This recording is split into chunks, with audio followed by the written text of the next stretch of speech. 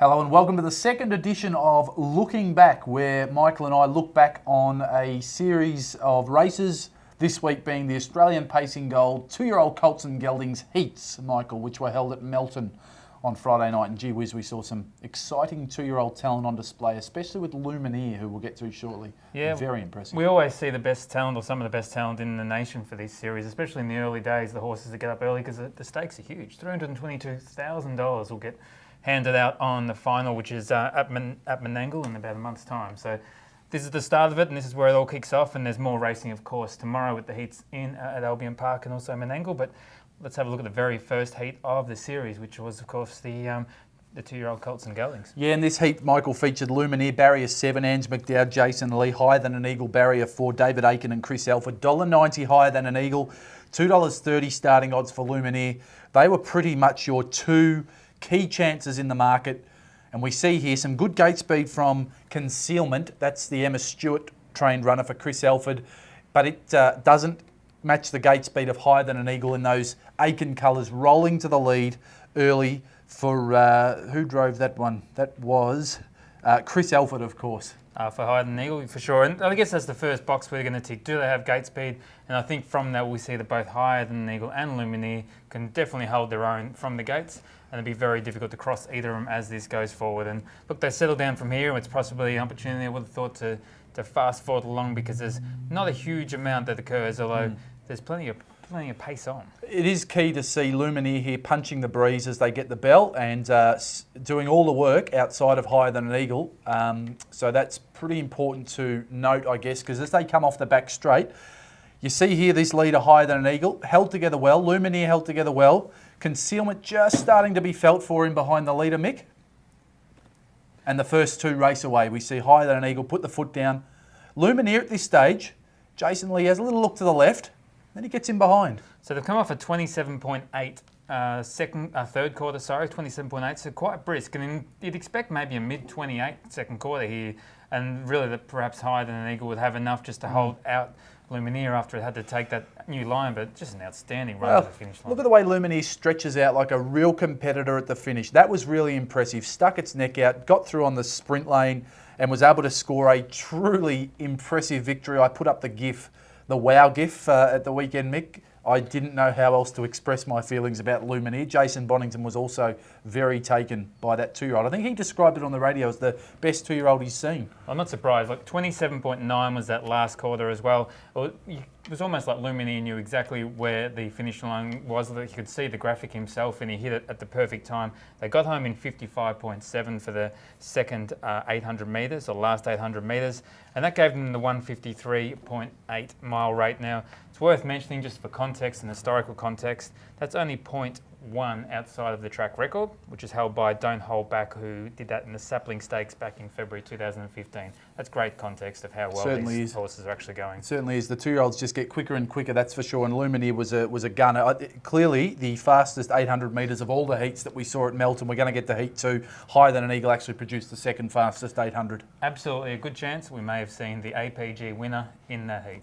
Definitely, yeah, agree with that. And the market agrees to some extent too, because Lumineer is the outright favourite at the moment. The long-range markets that I've seen, and higher than an eagle is the 4th favourite, and the 2nd favourite of all the runners that we saw at Melton. So the 4th favourite overall. All right, so we'll take a closer look at Heat 2 now. And look, there's definitely some nice chances in here. There's been much talked about Steph's Best. It was a $2.70 shot. And then, of course, the favourite was Mick Stanley's Courage Cage. Probably disappointing. Heavily backed this pole market. Greg Sugars drove it. And we see now its gate speed. Really good gate speed. Look at the way it stretches out at the start. Steph's Best. Not under a drive. Just easily finds the lead. John Justice, happy as Larry, to get in behind the leader there, Mick, with his horse Justice Served, and that served him well for this run. And around the outside goes the Emma Stewart trained Tam Major for the Buttman Anthony Butt, giving Courage Cage the 1-1. And that's where they settle. Back in the field, interesting to note, we've got David Aiken's horse Beltane for Chris Alford. It's 3 back the running line. And a horse that I've been spruiking a bit on social media, Jimmy Locke, is last in the field, about 20 metres off the lead as they come down to get the bell. And they've crawled here, Mick. The first quarter, 29.4. They're ambling through a second quarter here of 32 seconds, so they're jogging. And I think we should jog through a little bit quicker as we move them along, because you're right, they turned off a little bit, and that sort of suggested that this is a race that's set up for Steph's best in a lot of ways. The leader did it quite comfortably. There wasn't too much pressure on it, and at the $2.70 pop, you'd be really feeling pretty good about your money, I would have thought, about this point. You would at the quarter mile here. We see Steph's best just starting to stretch out a bit now. They've gone through 29-4 and 32 splits. A 29-2 third quarter, so they're ripping home now, and that's Steph's best with a good kick on the inside. Tam Major, look, that's Jimmy Lock coming right to the outside. No one's going to catch this leader because it's just got away with that out in front. Too good. Finds the line really nicely, and look at Jimmy Lock rocketing home into second to beat home Just to Serve, who had the box seat run. All honours with the winner. Made its own luck out in front, he did. Terrific, but what a run by that second horse as well, Mick, Jimmy Lock. Yep, encouraging run by Jimmy Lock. It's a little bit difficult in some ways to put context around that race compared to the first because it was run so differently. Where does Jimmy Lock sort of, if they're a bit quicker like they were in Heat 1, does that bring Jimmy Lock into it potentially? Sometimes, but who knows? There was a couple of seconds different, I think 4 seconds different in the times between Heat 2 and Heat 1, the mile rate, so that certainly makes it difficult to make comparisons. I guess we'll learn more for the semi-final. If you boil it down to the last 800 splits here, we've got Lumineer 55.31, higher than an Eagle 55.73 in the first heat. The third quickest 800 of all the heats was Jimmy Lock, 56.26. So third quickest overall. It would suggest that first heat was still the strongest, but Jimmy Lock's last 800 was very impressive off that slow first half, I thought. Yep, encouraging. Very much so. But at the same time, you've got to win the race and you've got to make your own luck. And Steph's best was able to do that and clearly has really good ability. Now in the third one, we had a pretty dominant favourite in Yankee Roller, but quite interestingly, it did get crossed out of the start. So the first 200 metres are interesting here, particularly just the speed of Our Beach Somewhere for Matt Craven, who just absolutely tore off the gates and really was impressive here when it just got this second little kick now.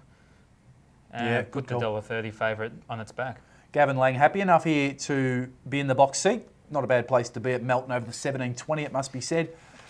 $1.30 pop there as Matty Craven grabs hold of his leader just to slow things up after that nice swift beginning, and then they did drop anchor. 30.9 first quarter, 31.1 second quarter they're going to get to.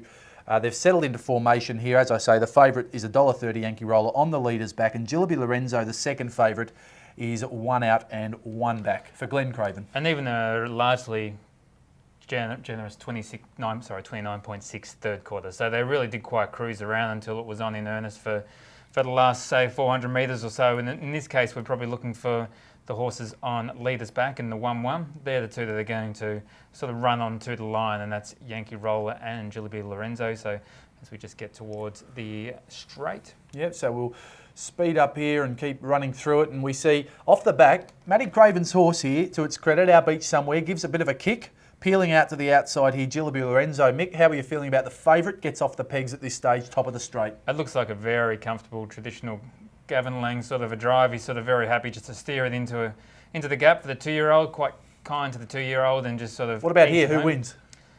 Well, I know that the caller, Lockie, called it for Jillaby Lorenzo, thought it was going to get it originally, and then in the end it was Yankee Roller who stretched out. I think it's sort of a toss of the coin point until they actually hit the line and you get to have a good look at the photo. But look, a great race in the end between the two young, I presume, colts. 27.7 was their final 400 metres. Yeah, both drivers, it must be said, getting into the horses a bit there at the end, so they were stretching right out over that last quarter, and a good win by Yankee Roller, who took out the heat. Fifth favourite in the market at the moment, Yankee Roller, Michael, and that was the 4th fastest 800 for the night. The 5th fastest 800 was Jillaby Lorenzo, who was second in that heat. And a 158.5, quite clearly the slowest at the mile rate for their night, but that was sort of obviously somewhat put down to the fact that they just ambled out and they still got home quite quickly. So there's more to be learned. We'll learn more certainly at the semi-finals. They're on April 22 at Tabcorp Park in Menangle before the final on April 29 when they do fight for that $322,000. But the APGs aren't all about the boys, of course, and Codes, we'll see the girls step out on Thursday at Melton. Yeah, looking forward to that, and we'll be looking back next week. So join us for more when we jump back in front of the camera.